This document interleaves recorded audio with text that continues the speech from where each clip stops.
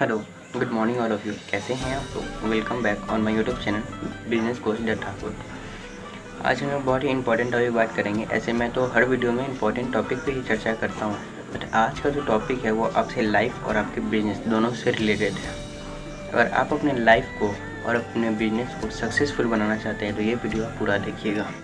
इस वीडियो में मैं बताऊँगा आप लोग को लाइफ का सबसे इम्पॉर्टेंट पार्ट, और बिजनेस का तो खैर सबसे इम्पॉर्टेंट पार्ट है सेविंग मनी। इस टॉपिक से रिलेटेड हम 3 टॉपिक पे आज बात करेंगे। सबसे पहला, सेविंग मनी किसे कहते हैं। दूसरा, सेविंग मनी हमारे लिए क्यों ज़रूरी है।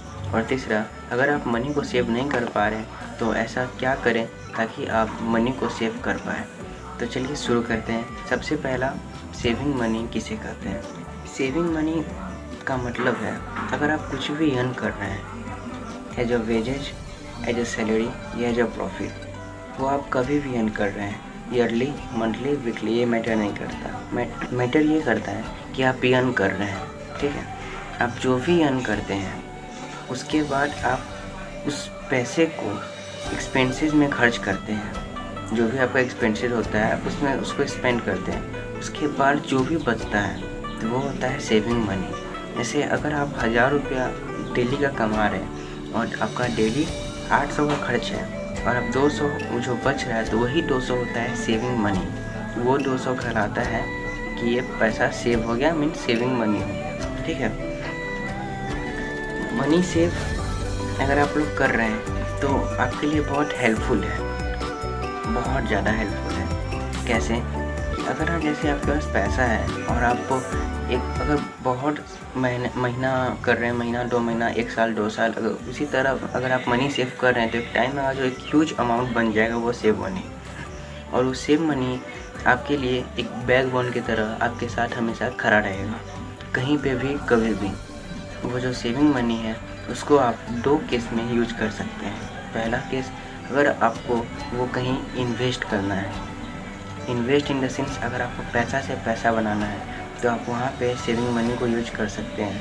और दूसरा, अगर आपका वर्स्ट सिचुएशन आएगा, ख़राब से ख़राब सिचुएशन आएगा जहाँ पे आपको कुछ और नहीं दिखेगा, वहीं पे आपको सेविंग मनी का सहारा लेना है। क्योंकि वो सेव मनी आप घर के खर्चे के लिए या ऐसे ही स्पेंड करने के लिए आपने नहीं किया है। उस मनी को सेव, आप उस मनी को सेव कर रहे हैं कुछ ज़रूरी काम के लिए, जहाँ पे आपको 2 ही केस मिलेगा। पहला केस कि अगर आपको कहीं इन्वेस्ट करना है, पैसा से पैसा बनाना है, तो वहाँ पे आप उस पैसा को इन्वेस्ट कर सकते हैं। और दूसरा ये कि अगर आपके पास कोई अनदर केस नहीं है तो आपको वो पैसा यूज कर सकते हैं। जो वहाँ पे एकदम सिचुएशन बहुत ख़राब रहेगा, वो तब उस सिचुएशन में आप उस पैसे का हेल्प ले सकते हैं। इसके बहुत सारे फ़ायदे हैं अगर आप मनी सेव कर रहे हैं। तो अगर आप मनी सेव कर रहे हैं तो अगर आपको पैसे की ज़रूरत पड़ा कभी भी कहीं पे भी, तो आपको किसी और के सामने हाथ फैलाने का जरूरी नहीं होगा और किसी को ये नहीं बोलना होगा कि प्लीज़ आप मुझे पैसा दीजिए, मुझे काम है।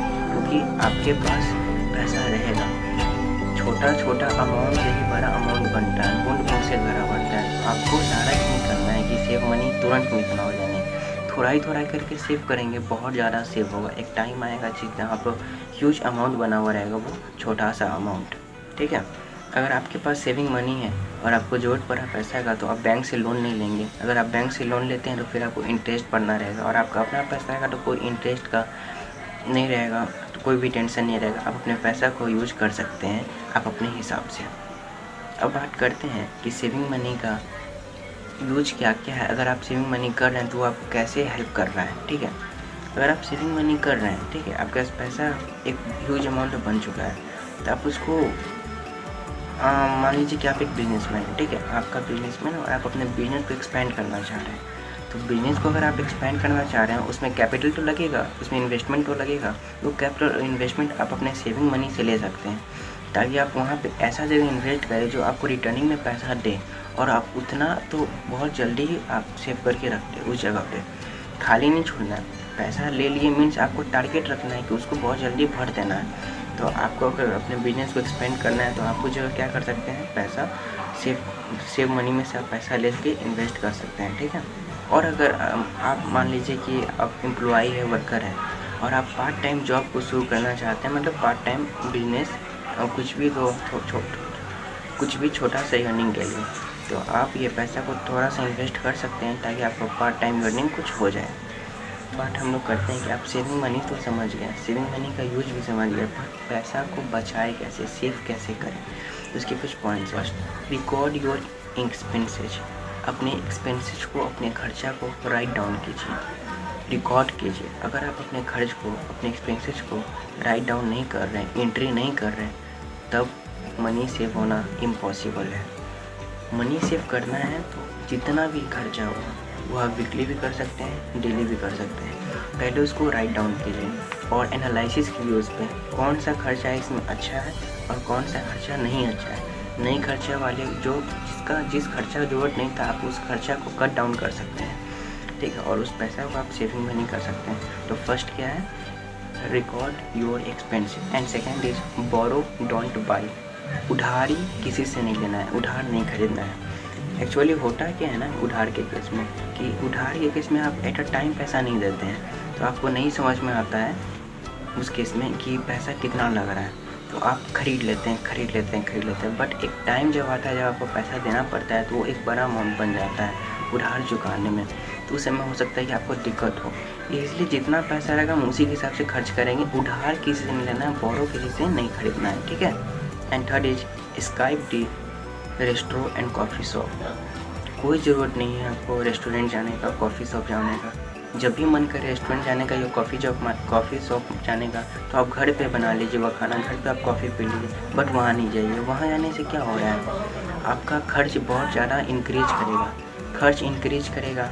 तो आप अपना सेविंग मनी में क्या डालिएगा, सब पैसा तो वहीं जा रहा है, ठीक है। तो आपको अपने खर्च को बहुत बचाना है, ठीक है। बहुत एकदम कंजूस होते हैं, आपको वो कंजूस बनना होगा सेव मनी के लिए। अगर कंजूस बनना है और आपको अपने लाइफ में सक्सेस करना है तो आपको कंजूस बनना होगा, ठीक है। कंजूस कुछ जगह पे, हर जगह नहीं, कुछ जगह पे, ठीक है। तो रेस्टोरेंट को, कॉफ़ी शॉप को आपको रेस्ट देना होगा, स्किप करना होगा। आप अगर मंथ में एक बार जाते हैं तो 2 महीने में एक बार जाइए, 2 महीने में एक बार जाते हैं 3 महीने में एक बार जाइए।